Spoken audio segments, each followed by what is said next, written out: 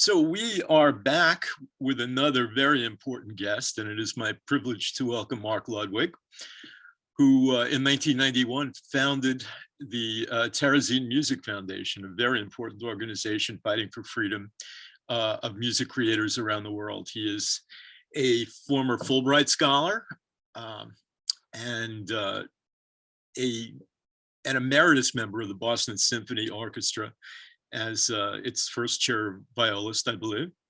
Violist, yes. Mm-hmm. And he is the author of a new book, which has been extremely well reviewed. Because we will talk about that in detail in a little while. It's called Our Will to Live. He is also the author of the National Holocaust Curriculum for the United States and a professor at Boston College. And he has been mentioned favorably by everyone from Václav Havel, the former president of the Czech Republic, to the Dalai Lama.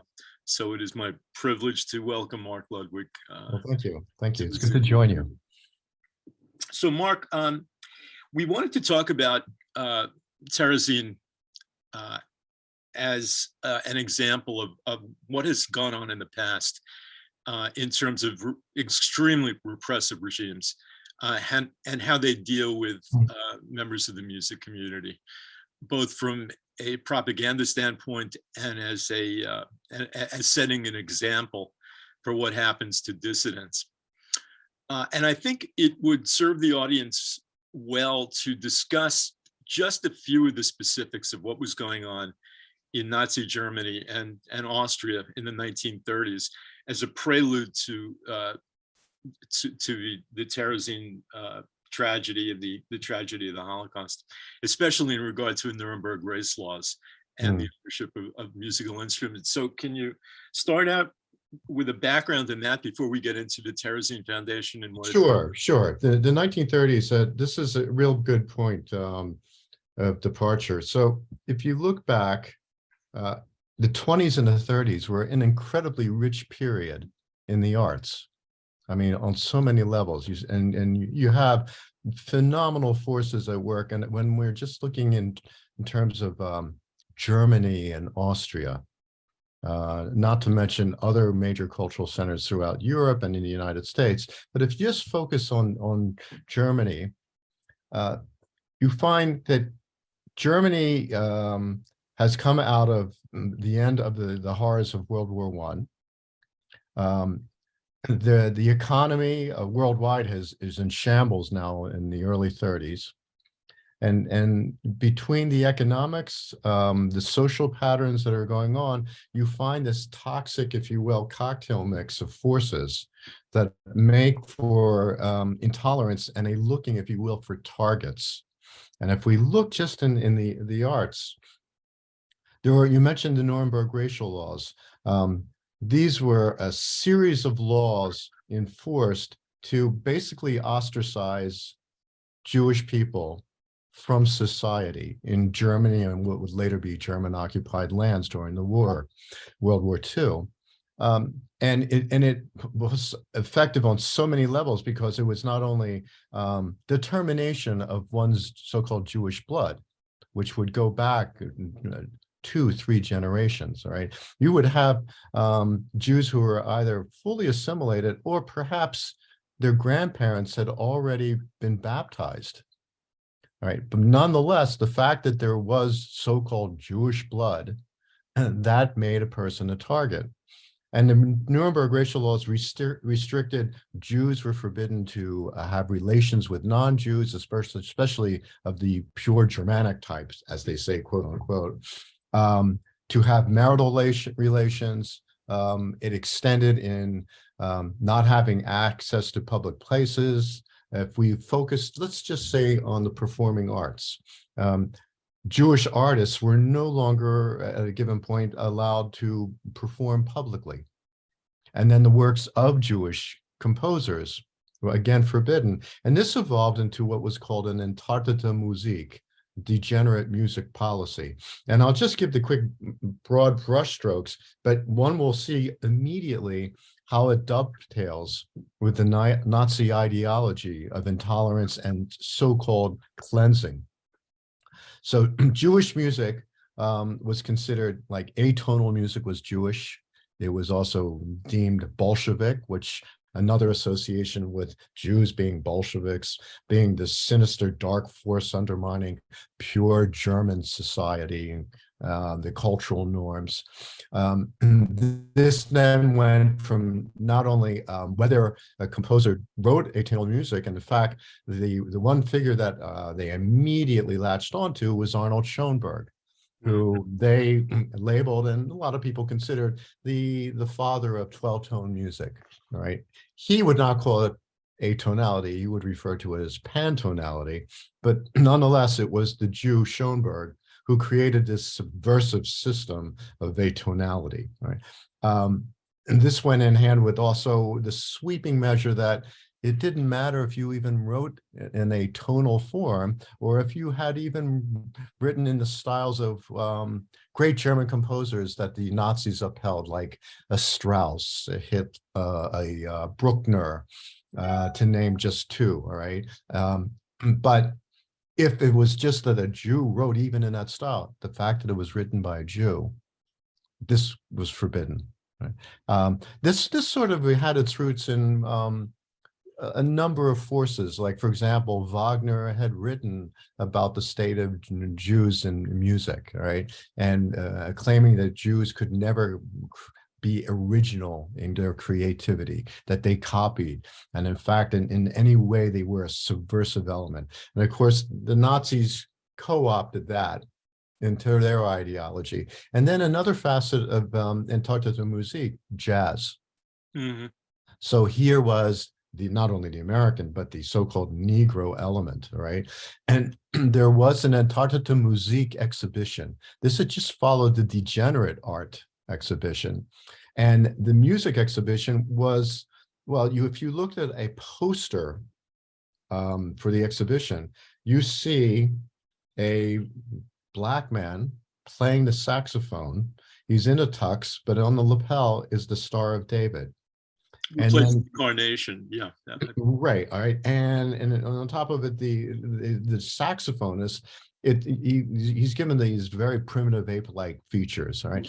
And when you look at that image, that is really a distillation of that Interned Musik policy, targeting the Jews, those people of color, all right, the other, and those who were the threat to pure German society. And when you look at this exhibition, you know, they give you examples of what is the finer elements of great German music, but then they have their targets. And among one of the targets, there was one room where the music of Kurt Weill and Mac the Knife, which many of us know from Three Penny Opera. And they had to close down the exhibit because it was so popular. People were flocking into the room because they wanted to hear this music. And so there, I'm just giving you broad brushstrokes, but you look at this policy based on a pseudoscience, and it's at the service of a regime who's trying to cleanse its society. All right. Let's talk about Joseph Goebbels for 1 second. Yeah. Do you believe that the Nazi regime actually bought any of this philosophy, or was this simply a trick to scapegoat a particular part of the population? You mentioned the blood issue. I mean, Mendelssohn had already converted Right. by the time in the 1850s that Wagner was demonizing him. So that argues the other way. But do you believe that this was a particular propaganda program meant to demonize that had relatively little to do with anything other than the fact that these were high-profile folks who could be used and set an example of? But, you know, that's a tough question to answer. Of course, it depends on the person who's holding the belief and looking at their agenda. It's certainly, it's power-driven, but then you have to remember that there's 2,000 years of anti-Semitism that layer after layer in the generations that people do buy in. And I'll take you a step further. If we even go today in the political landscape we face in our country, the divisiveness, there are people who are using things that you think are, my God, don't they know that this is racist? All right. Don't they know that this is totally unacceptable? And you got to wonder, do they really believe what they're saying? All right. Does a Tucker Carlson, for example, believe what he says on his program? All right. Or any number of people who are whatever their political bent is. All right. And I don't know. I can't answer that. Right. But and you look back throughout time where there is intolerance. I find that one of the key elements or driving forces is it's always power. Mhm. All right. How do you, not only when you ostracize a group and you've got a target that you can mobilize your people against, but it also creates a vacuum in which you can fill that power with power. Right. So there are several things going on. Whether Goebbels, I think he believed it as well. And I think after a while, it's like the age-old thing. You tell a lie enough times, you end up believing it. Right. So that's one thing, but it was a way to mobilize. And if you look at, you read or you hear the speeches, not only by Hitler, but by Goebbels, where they're constantly driving home the theme of subversive elements. And there's the Jew, the archetype, it no longer matters, is there any credence to it? Mhm. Do you want the message? Do you want to buy the message? Do you need to have a target? And if we try to step back in any given time period and be in the shoes, I'll say, of a disenfranchised person who may not even be educated and doesn't feel like they have a future and that they've been ignored, well, we know even today that this is fertile material for hatred. Sure. And certainly the Nazis made it a cornerstone of the Nuremberg laws to take instruments out of the hands of Jewish Oh, musicians. they were confiscated, and we'll touch on that and what it means in Terezin, because it also has further meaning. All right. But to go back, here's another thing. Here are the economics. Think of, if you now take a segment of your population, you forbid them to now be in the so-called music industry. It opens up vacancies for somebody else. Mhm. Right? So there is an agenda here, right? And of course, the Nazis saying, we want to have a pure German society and we must allow Germans, pure Germans, to perform, and that these subversive elements, they've been keeping them out of the mix. It happens over and over again in history. But when you look at in terms of the Third Reich, it's so well documented. And then take it a step further. Think of the richness of American culture, because we were the recipients of all these exiles. And not only in classical music and the visual arts, but how about the movie industry in terms of film scores, et cetera, right? So we were the beneficiaries of having an open border, if you will, and even that has its own. That's for another day to discuss, all right? All right. But when you think, for example, Los Angeles, all places, had such an incredibly rich German emigre population. That's astounding, all right? But to go back to the Nazis, you're mobilizing your people against a group, one, channeling perhaps towards a war effort, but also there's the economics of making room for German musicians to come in, who are, perhaps they have to be forced to be card-carrying members. That's another way of coercing the populace into your party and growing your power base. And like any other totalitarian regime, it's ever pervasive. It's never enough. Yeah, we might make the point that New Orleans, as the template for the melting pot in the music area, despite all the parallels politically that were occurring between the United States and Germany in the early part of the 20th century, that stood apart. The African-American experience, I think, in terms of its influence on culture and music, is a distinguishing feature. And even though that America did not accept jazz immediately, it almost certainly, with, as you suggest, the immigrant population of not only composers, but of the audience, embraced change and a developing culture, a melting pot culture, as opposed to the pure Aryan road that the Germans were attempting to walk with the Austrians. Right. And we have this, look, even within our country, not so long ago, Black musicians couldn't be in a white hotel. Of course. They couldn't be in the white side. The places they performed, they were not allowed to go and stay. Right. That's within a lifetime still. Oh, yeah. Hard, and how quickly we forget. If it wasn't for people like, say, a Frank Sinatra, who finally broke down the barriers, all right, and other artists as well who were doing that, but it took time, and that was not accepted overnight. That was considered a rather radical change. So in terms of the Benny Goodmans, the Count Basies, the Ellingtons, who were all touring in Europe at that time, are they now shut out of Germany? Well, jazz is considered forbidden. So we saw all of that cultural exchange come to a sharp. Yeah, but the thing is the more you look at, and in fact, I'm about to present a program at Tanglewood this summer just on Antarctica, degenerate music. Mm-hmm. And as we all see, so well, it's every time you look at and examine a totalitarian regime, the rampant hypocrisy of policies. So you have a situation. You mentioned Mendelssohn. So Mendelssohn was not born Jewish, right?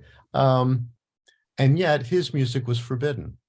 And one of his most popular pieces was Midsummer Night's Dream, which was, in a sense, the equivalent of how we treat seasonally in the holidays the Nutcracker. Mm-hmm.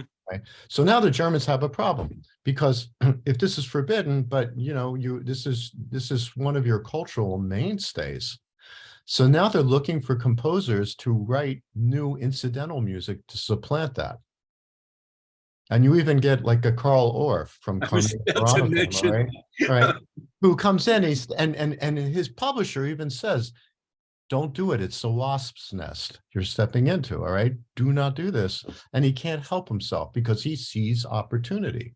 Or you look at a figure like a Richard Strauss, phenomenal composer, all right? And yet, a human being, he still wants commissions. He still wants his music performed. And this is his homeland. He doesn't want to leave. So in a sense, he's playing both sides of the coin. And he accepted, for example, a commission to write the opening music for the 1936 Berlin Olympics. And we see this over and over again. I mean, look at a case right now. If you think about in Sochi with the Olympics, and who was with Putin? Well, the conductor Gergiev. Yep. Right? There are internet, and what is that reason? Why do I bring that up for your listeners? Because people of such great stature, when they decide to ally themselves with a regime, it's like a form of legitimizing it. Mm-hmm. That's the danger of it. It's the look, Yeah, and it can be coerced, but it can also be voluntary. Yeah. And we're seeing that with the case where you mentioned the Olympics. Rudi Ball, who was the captain of the German Olympic ice hockey team at Garmisch-Partenkirchen, was a Jew who was forced to return from exile in the UK to play because of the danger to his family. Mm-hmm. So in 1938, we see the Czechoslovakia sold out by the rest of the world. Yeah. And the Sudeten issue of German speakers in the Czech Republic, near Prague, north of that, becomes the pretext for invasion of the Czech Republic and Czechoslovakia. What happens with the setting up of Terezin, and how did that come about as an artist enclave? Well, I wouldn't go and say it's an artist enclave. I'd be careful about that, all right? And it's like the work that we do in any given time period when we're looking at the dynamics of how artists are coerced or banned, et cetera. Nothing is ever really black and white. The regimes like to make it black and white, but we know it's very nuanced, all right? But if you think back, occupation of Czechoslovakia by the Nazis now. And so now we have the implementation of the Nuremberg racial laws. once again, with that comes the Entartete Musik policy, and you have German musicians who are having to take, and I'll give you an example in Prague. So many of them, and I knew a few that had survived the war, had stage names. They had to go undercover, and they were still at risk. Should they have been found out, that could have been a death sentence. That's certainly, and here they're torn between, are they trying to get out, and they may be, and it's probably in all cases too late.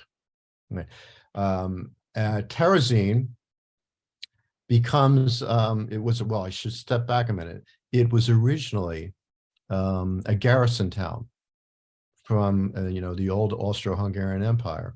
And so in the late 1700s, a large and a small fortress are constructed at great expense with the idea of trying to keep out the Prussian armies. And it was within a year or two, it was obsolete because it was quickly, the Prussians figured they'd just go around it. Right. And so you had this massive fortifications. It becomes still a garrison town, really not much strategic value. Then in the 1800s, especially the mid to latter 1800s, it's holding political dissidents, some from the Greek independence movement. And then after World War I, Gabriel Princip, the assassin of Archduke Ferdinand, he was imprisoned in Terezin and died there. Soviet POWs from World War I were also imprisoned there. So after World War I, it lapses back into this, somewhat sleepy garrison town. The Nazis occupied Czechoslovakia. And in November 1942, 1941, I say, they send 342 Jewish men, a transport of them, to convert the garrison town into what would be a concentration camp for tens of thousands of prisoners. And Terezin's first purpose was a collection point for mainly Czech, then German, Austrian Jews, primarily Jews, that were going to be sent on to Auschwitz. And what you find is that these are people who are very accomplished, who come from the major cultural and scientific centers in Germany, Austria, Czechoslovakia. So it's a rather astounding and extraordinary brain pool, if you will, of talent in the arts and the sciences. Viktor Frankl was in Terezin, for example.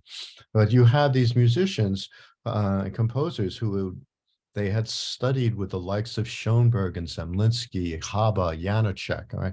So this was the next up and coming, crew of great composers. They were on the horizon, and so you have the richness of that.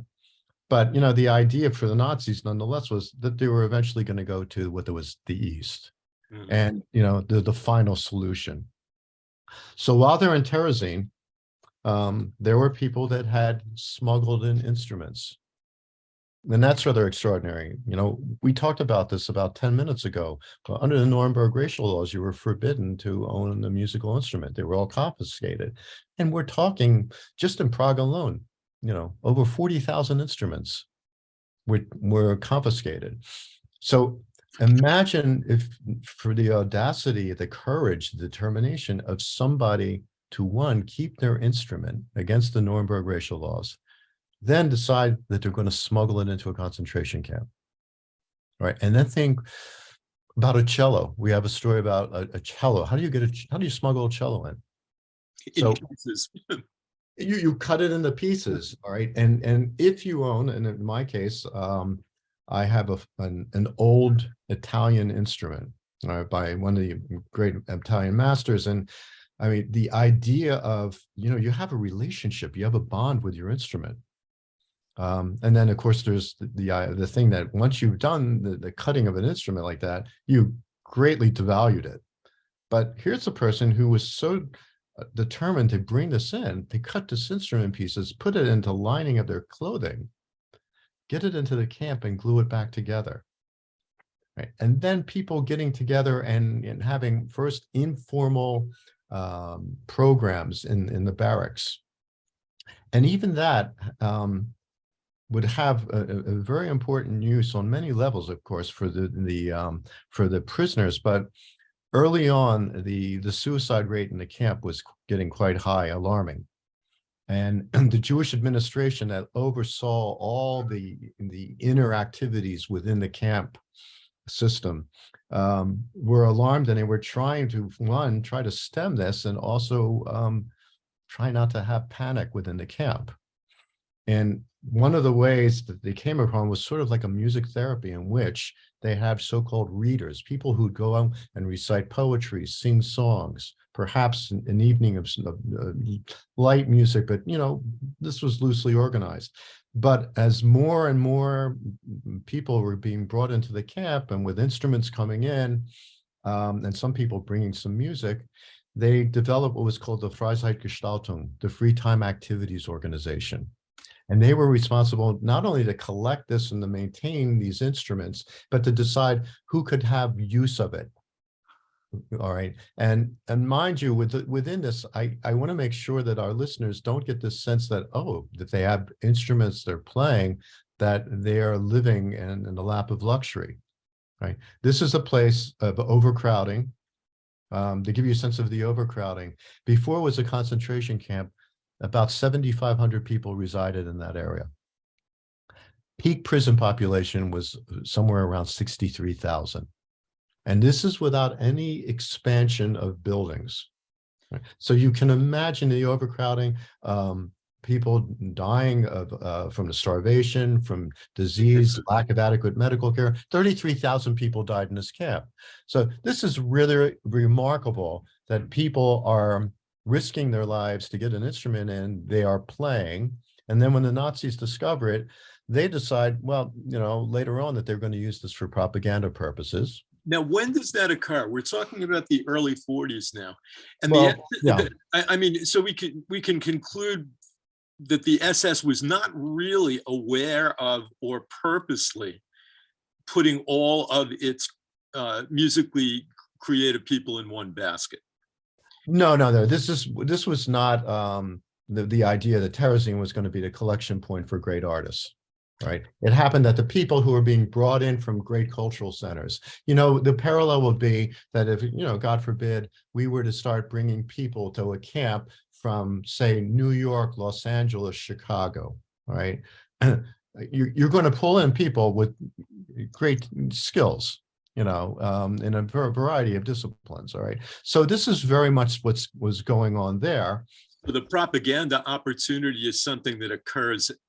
It's later, but initially it's used as a way of keeping the prison population under control with minimum presence of the SS. And the SS, there wasn't a great presence within the camp, certainly around the perimeter, but you didn't want people escaping or getting word out of what was going on, of course. And you didn't want to have word, if you could, come in about what was going on in the East. Right. So this is deception on so many levels. Now, later, as the war is going badly for the Nazis, in 43, 44, they are now putting together the efforts for propaganda. And so they force the prisoners to not only produce, but participate in, well, two major projects come to mind. One is the production of a propaganda film. And then the other one is for the visit of an International Red Cross Committee. And that visit by the Red Cross Committee in June of 44, here was a committee that they had their own agendas to begin with, but also they were not allowed to freely access to roam around the camp. This was carefully scheduled, all rehearsed, all right, so that there was certain messaging going across to the committee. And then when you read the committee's report, and I've read it several times and it appears in my book, it's rather disheartening because they turn a blind eye. They don't question, like, why is it we cannot move freely? Why is it we are given select prisoners that are speaking? And you can tell, even the children are prompted, right? Then you have the propaganda film, and there are a few snippets of performances, and it's quite eerie. there are fragments of the film that have survived, and there's one section where the narrator says the music of a Jewish composer is being performed in Theresienstadt, and they show the ensemble, and they show the composer taking a bow. One of the things that I ask my students, we spend a class at Boston College to study the film. And, you see various aspects of what goes on in the camp, maybe a performance, then you see an infirmary. And all this has been, superficially beautified, right? Or you see the streets where people are walking by and there's a shop, or you see them working arc welders, and then there's a sculpture, and then there's a visit to the library, there are lectures. It makes it look like everything is fine. All right. And mind you, could you imagine if the German public was watching this while they are under bombardment? It further fuels this thing of look at how well these Jews are being treated, right? It's a humongous lie. But the thing I ask my students, and I will tell you, you are not guaranteed the answer you're looking for, which is I'm asking them, so you've watched this. And there's got to be one question that should hopefully come to mind. When you've seen all these scenes, right, and it states that they're in a concentration camp, and what would be the question? To me, it begs the question for any viewer is, why would you take people out of society and put them in a camp? Right, and it's the most obvious question, but a lot of people don't think that way. Agreed. Look, I think Goebbels learned this at the 1936 Olympics, and Leni Riefenstahl helped him do that. In both Garmisch and in Berlin, that you can hide what's going on and not get questions from the public. And here we are, several years later, and I think that they have honed to a fine point their ability to create this type of propaganda, to avoid those questions, and to know that the visiting dignitaries are not going to make inquiry unless there's public pressure to do so. Right. All right. And so then, the question sometimes people ask, so why are we studying something that took place 70, 80 years ago? Right. And the importance of that is that so that you develop the antennae. All right. And the antennae is not only in terms of what you see, the visual, but language that's being used. All right. Quick example in what we're going through now with the Uyghurs. Right. And how does the Chinese regime approach it? That these people are not being kept in camps, they're being educated. They're being rehabilitated.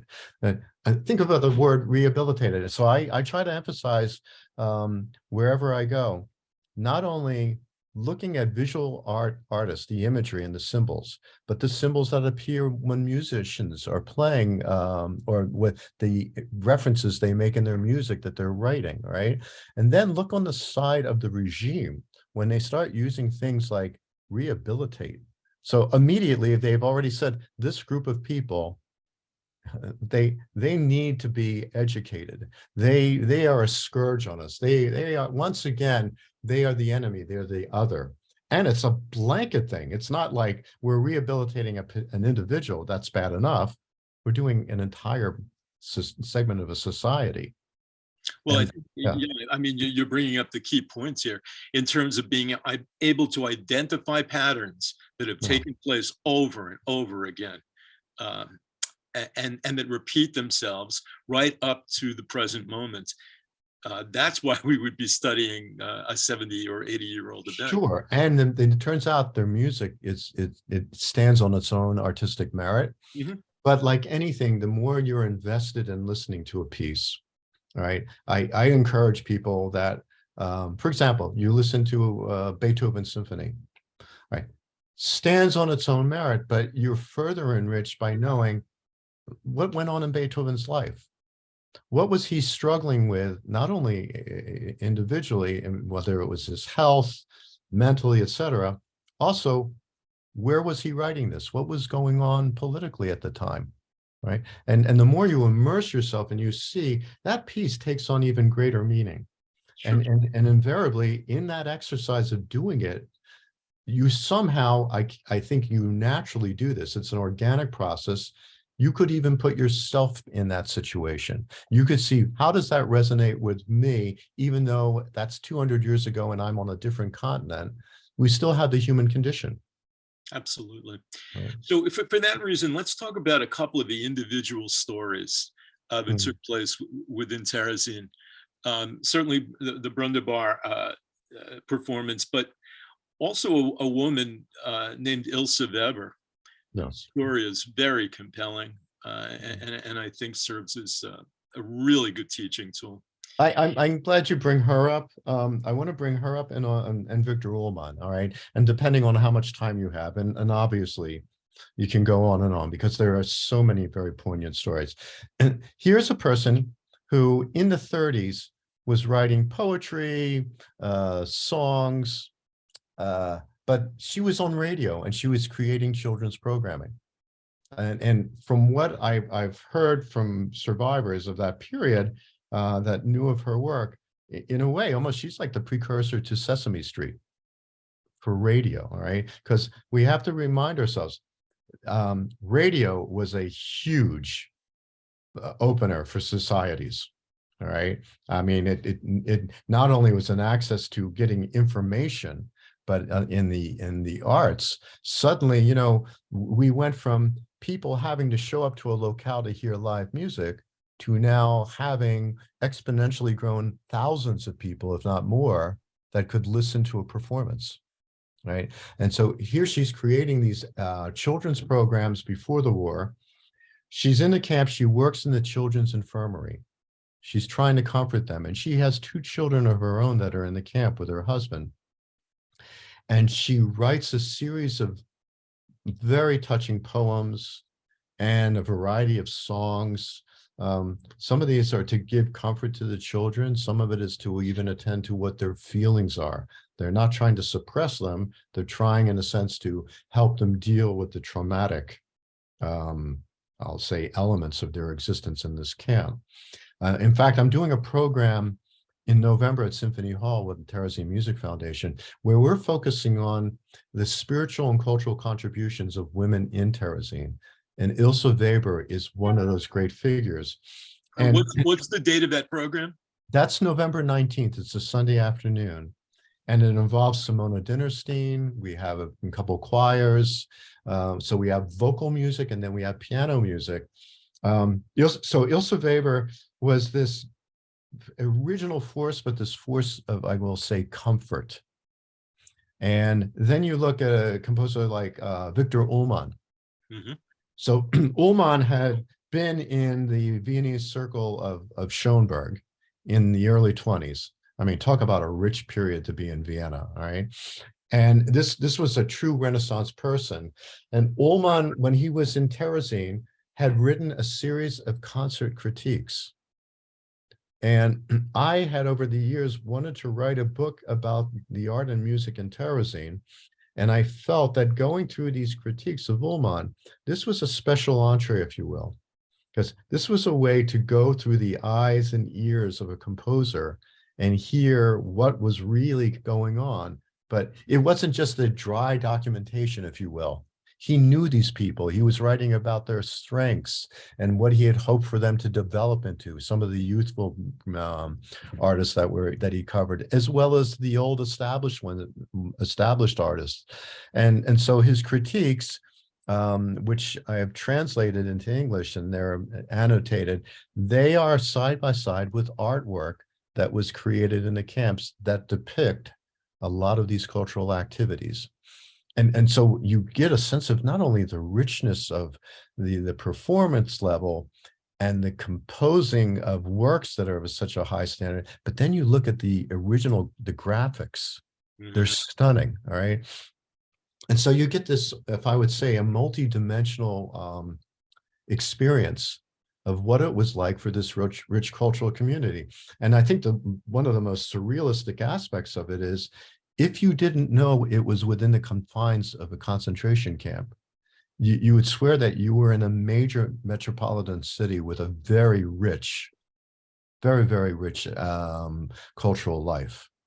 And then you add on to know that, oh my God, this was done amidst deprivation and death. And mind you, could you imagine, as a performer, you put together an ensemble and you're not even sure that you'll get to perform because either you or others may be suddenly put on a transport to the east for extermination.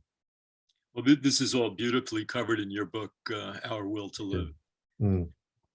Uh, in terms of the issue of the comfort that music gives, do you believe that it occurred to the propagandists under Goebbels that this would be the perfect way to portray to the rest of the world that all is well in the East, even as transports are leaving Terezin to Auschwitz-Birkenau on a weekly, if not daily basis? So, you'll have to allow me, especially for the confines of our program, time-wise. Mhm. We're going to maybe indulge a bit in broader brushstrokes. All Sure. right. But I think to make a real clear contrast between the propaganda machine of the Nazis and their agenda with music versus for the prisoners, say in Terezin, as an example. And Goebbels is trying to indoctrinate. He's trying to fire up a people. All right. He's trying to get them not only in a warlike, aggressive stance, but also internally to turn against a group within that society. Whereas composers like Gideon Klein, a Victor Ullmann, a Pavel Haas, Hans Grasso, or Ilse Weber, one, as composers, they're writing for their own muse, of course. All right, they have that commitment. But I think on some levels, some of their music, which is so diverse, not only stylistically, but in the emotional palette, if you will, Mhm. that some of it can be comforting, and some of it, I think, powerfully conveys the psychological landscape of what was being experienced in that camp. And not actually only a camp, you have to remember, we have to remember that these people were already ostracized before they were sent to a camp. Right? They had to wear the Star of David. Sure. Right? They were banned from activities. They had things confiscated from them. All right. So they were already living under tremendous external pressures. Then they're sent to this concentration camp with, tragically, most of them being sent to the gas chambers of Auschwitz. So, you have to think, what did music or a recitation of poetry, what did that mean for these prisoners, who are really under severe deprivation? And I think for some, maybe hope, for Mhm. some, a moment of maybe an hour or so to take yourself outside of what you were suffering through. I think for some, there are moments in the music where you do hear defiance. And there are messages in some of these pieces, because I'll make references to other pieces. Ullmann wrote an opera, The Kaiser von Atlantis, and he uses a tritone, which was considered the devil's interval. All right. And it appears over and over again as this, musical motif. But he also makes quotes from composers like Bach and Mahler. All right. There's some jazz in it. Right. There are these quotes that the public and the prisoners, they would have identified with, because they know there's a messaging. Or near at the end, there's a chorale that it appears in Mendelssohn's Reformation Symphony. All right. And there's a declaration about "Thy will not take death's name in vain." Because there's this very poignant aria where Death, the character, says, "I am not your enemy. I am the one who comforts you. I take you out of your misery." Imagine what that must have felt like for prisoners if they could hear that in a concentration camp. And that opera was not performed in the camp. It was not allowed to be, but he left us this testimony, if you will, this musical testimony of what he, as well as his fellow prisoners, were wrestling with. And it's the closest we can be to understanding or trying to imagine their suffering. And that's something that goes throughout music, if you think about it. I mean, look at what we all deal as musicians and how we want to support musicians who are under pressure. And why is it that musicians and artists are among the very first targets of totalitarian regimes, of repressive regimes, right?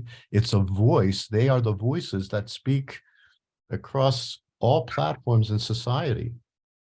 You know, it's a natural messaging. They feel that's one of the ultimate weapons of truth.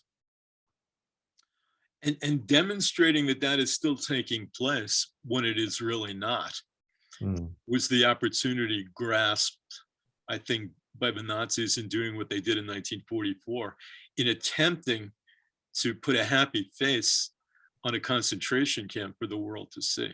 And to protect themselves, you know, Yeah, because there was the clearly, war was coming to an end, and they are saving their own skins at this point.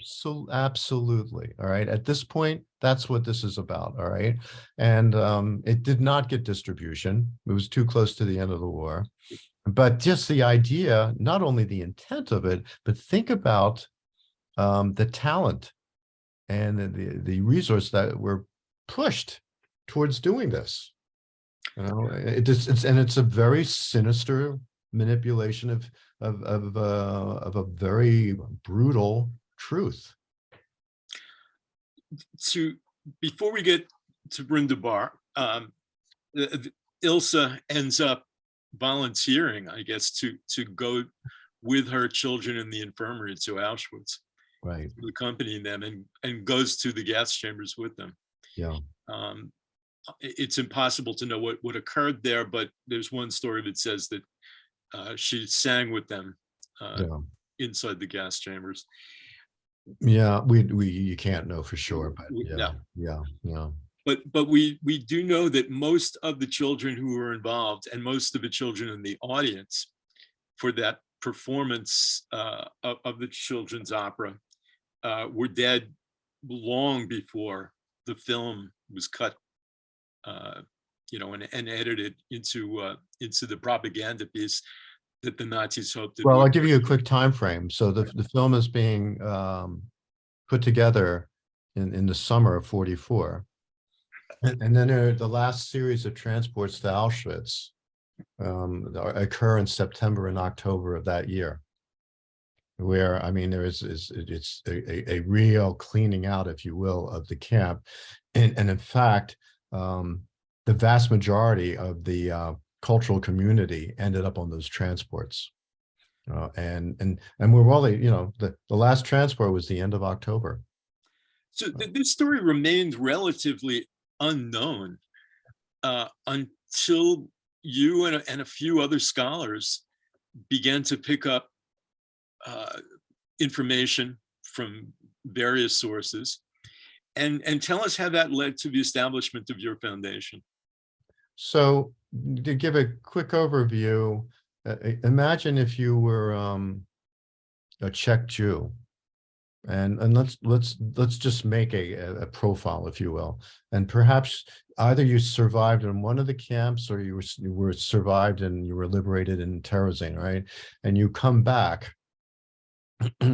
And this music, the history of what had transpired, this is kept pretty much in Czechoslovakia, and especially then the communists come into power, and then of course the Soviets take in, and there's a stranglehold, if you will, of information.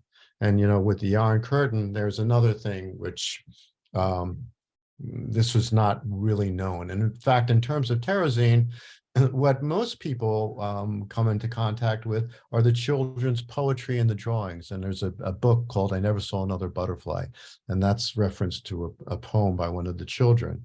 So that's usually the familiarity or the contact point with Terezin. And then later it would be the art and then the music.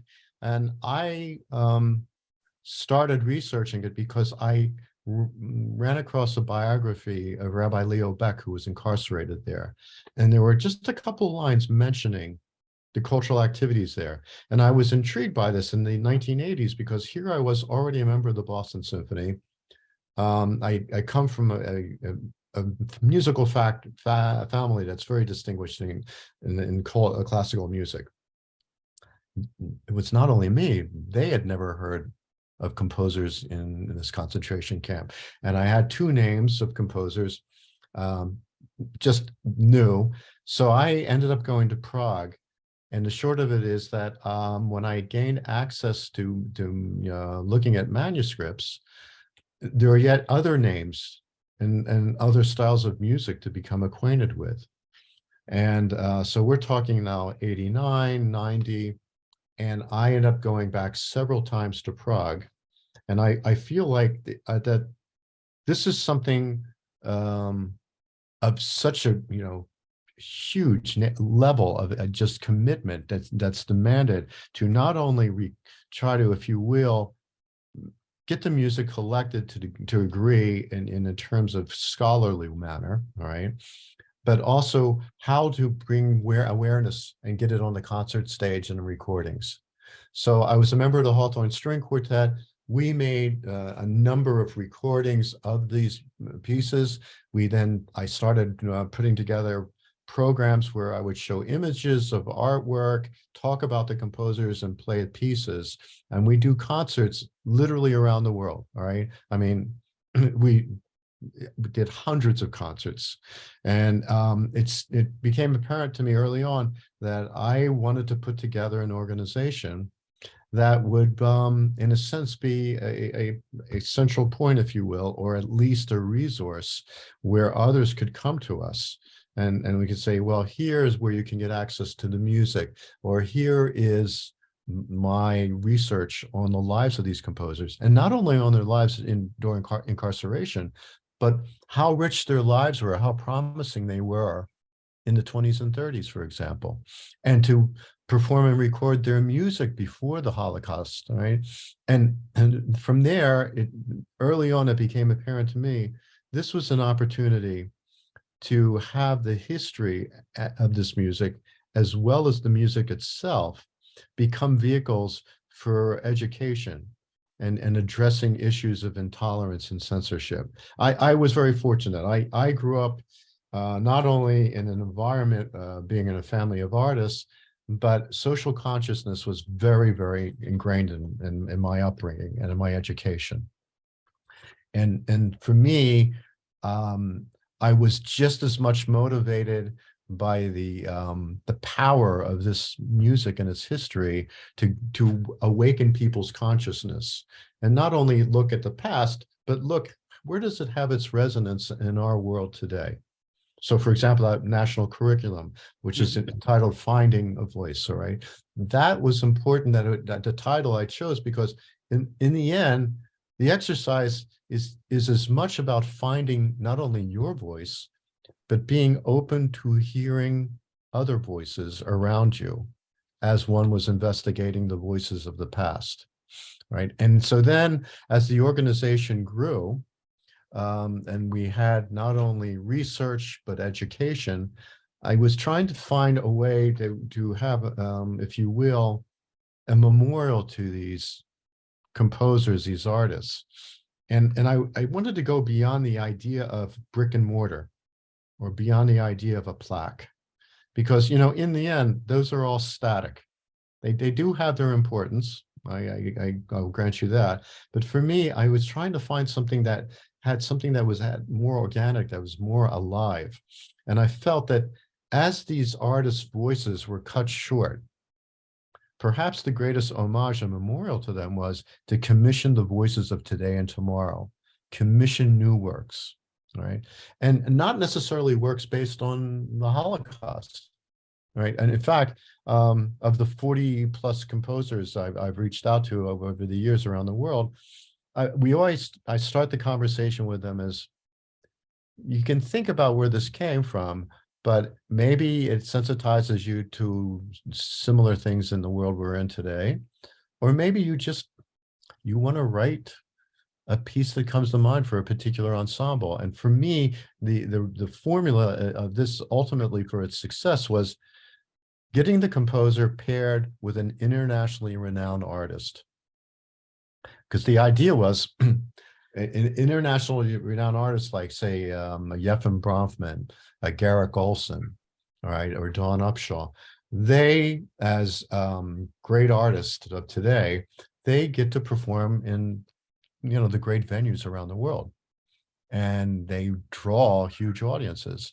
So this is a great way for people to get to know voices, new voices today, but also it goes in reference back to Terezin.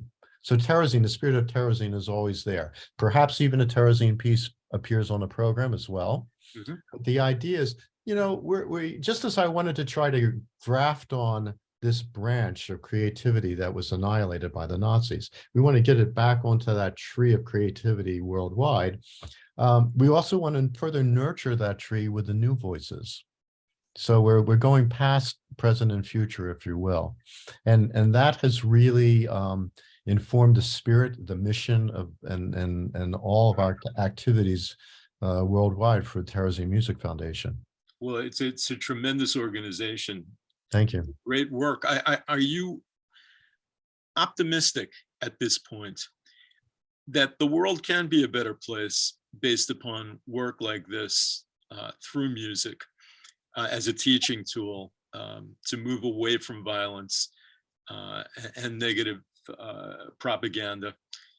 And how can we as members of the music community and as members of the public help move that forward? I'll start from the end of your question, all right? And I think, the act of creating, as an artist, I believe, is hope, right? It's an investment in the now and the future. And in fact, it's a future that if we are fortunate to create something special, it lives beyond our tenure. All right.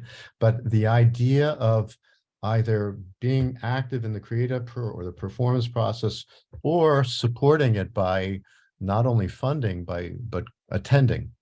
All right. That's an act of hope. I got to believe that. All right. It's all of us signing on to the value of a voice, and maybe the value of voices in general. All right. And as you know, great music, great performance is like great conversation. It's great dialogue. It's connection, right? So what I would say is that I look at my work is about hope and connection. And if there is connection, there's always hope. All right. It's going to bring, it's a conduit, if you will, to the sparks of creativity and reaching and touching people. And there's a magic that you don't have to be the creator, but if you're in the room of something that's special that you hear, and think about this in the music. So if you have the training as a musician, and you could break down what the chords are, and you can try to analyze things, all right? But there comes the moment of letting go, and does it just grab you? Does it touch you, right? And there are people, look, we go out on the stage and we perform maybe for thousands of people. Let's say, for example, my wife just performed Beethoven's Ninth in Carnegie Hall yesterday. I'd be willing to bet the majority of people that attended could not really read the score or analyze it, right? Nothing against them. It's still a public, right? But they were all blown away. All right. And whether it's the sublime nature of the third movement, all right, the driving force of the second movement, bump-a-dum, all right, that rhythmic pattern, all right, or when we get finally to the last movement and the chorus comes in, all right, my God, the hair stands up on your skin, doesn't it, on the back of your neck? Right? And look, you could have heard it 70 times, right? When I was in the Boston Symphony, there's this great tradition. The last Sunday of the Tanglewood season, each Tanglewood season concludes with the Beethoven's Ninth. You never get tired of it. And then when that chorus comes in, all right, and you can think of other pieces that you hear that, suddenly, even if you hear it in your mind's ear, it does something chemically inside you, right? It changes you, it shifts. Now you put yourself in a room with other people who are doing it. Wow, isn't this the great paradox? As an audience member, you can hear it unto yourself, right? It's a unique experience, but then you also have all those other people where you're together. So it's a duality. Do you understand? Do you see where Sure, I'm going with that? absolutely. Well, I mean, the group experience is certainly the most powerful. And we at the National Music Council of the United States and the International Music Council, I believe Jeunesse Musique has been involved as a member of IMC with your organization, certainly feel that it is long, long overdue to call attention to the great work that you guys are doing and other organizations like you around the world. And that we are optimistic that you are making a difference and that you will continue to make a difference with this group experience through music as a teaching tool for the entire world. Yeah, well, we're in it together, right? Absolutely. So we will be featuring the Terezin Music Foundation on the website for this symposium, and we will continue to be in touch with your organization and bringing people together to raise funds and awareness for this very, very important issue of protecting culture, but also human beings around the world.